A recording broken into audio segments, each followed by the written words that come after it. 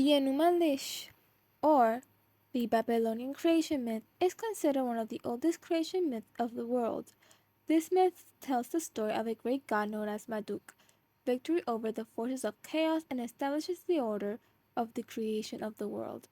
This story is to be considered one of the oldest in the world, and the narrative of the story main concern is with the birth of gods and the creation of the universe and human beings. This story is often related with the biblical book of Genesis due to their similarities. This creation myth opens with the undifferentiated waters swirling in chaos. From this chaos, it emerged a separation between the water known as the fresh and bitter waters. The fresh water became to manifest itself into the god of Apsu, and the bitter water manifested itself into the goddess of Tiamat. Once this division is marked, they created a union and created younger gods.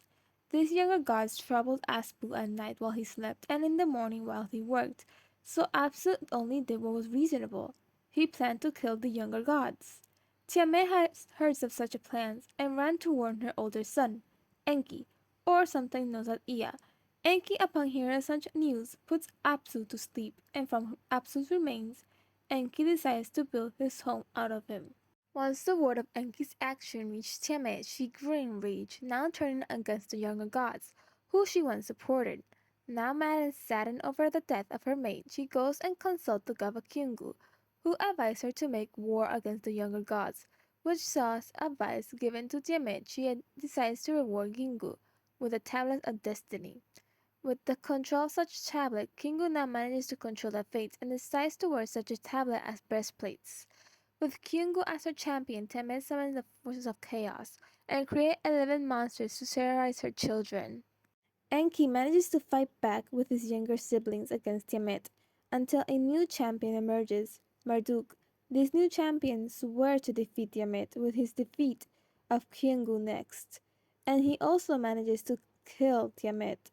He manages to kill Tiamat by shooting an arrow at her, which split her into two.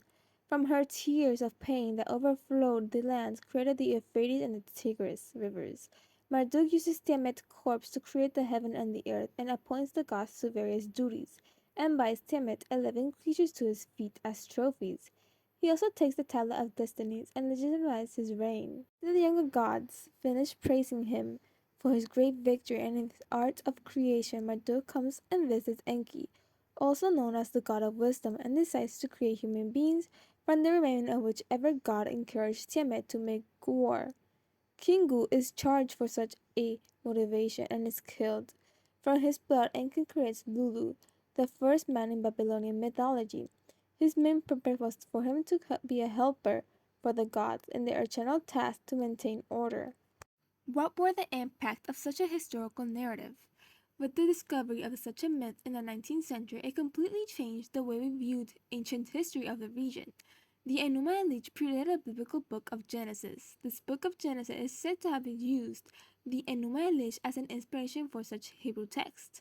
Before the translation of a text, the Bible was considered the oldest text in the world and that their writings were completely original. Due to this idea, in the 19th century, there was an increase in archaeological digs in the area of Mesopotamia to confirm such stories of the Bible.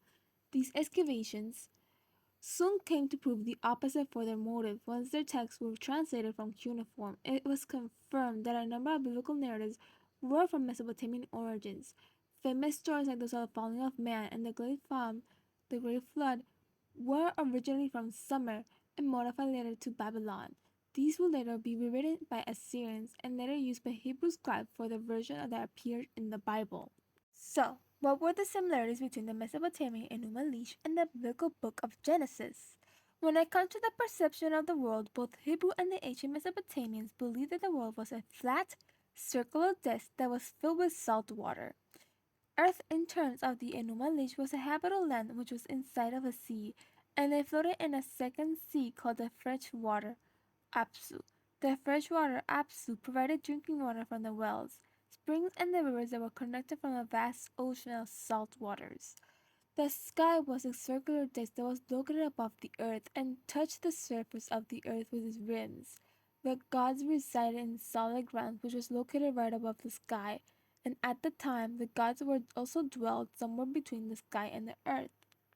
If we are to compare Matthew's testament with the Enuma Elish, we would notice that the geography was identical in both works of art, wherein the sea was a flat circular ground floating on fresh water that was surrounded by salt water, and the sky was a circular dome which housed the gods and was located directly above the earth's surface. In both Genesis as well as the Enuma Elish, the creation was a result of divine speech.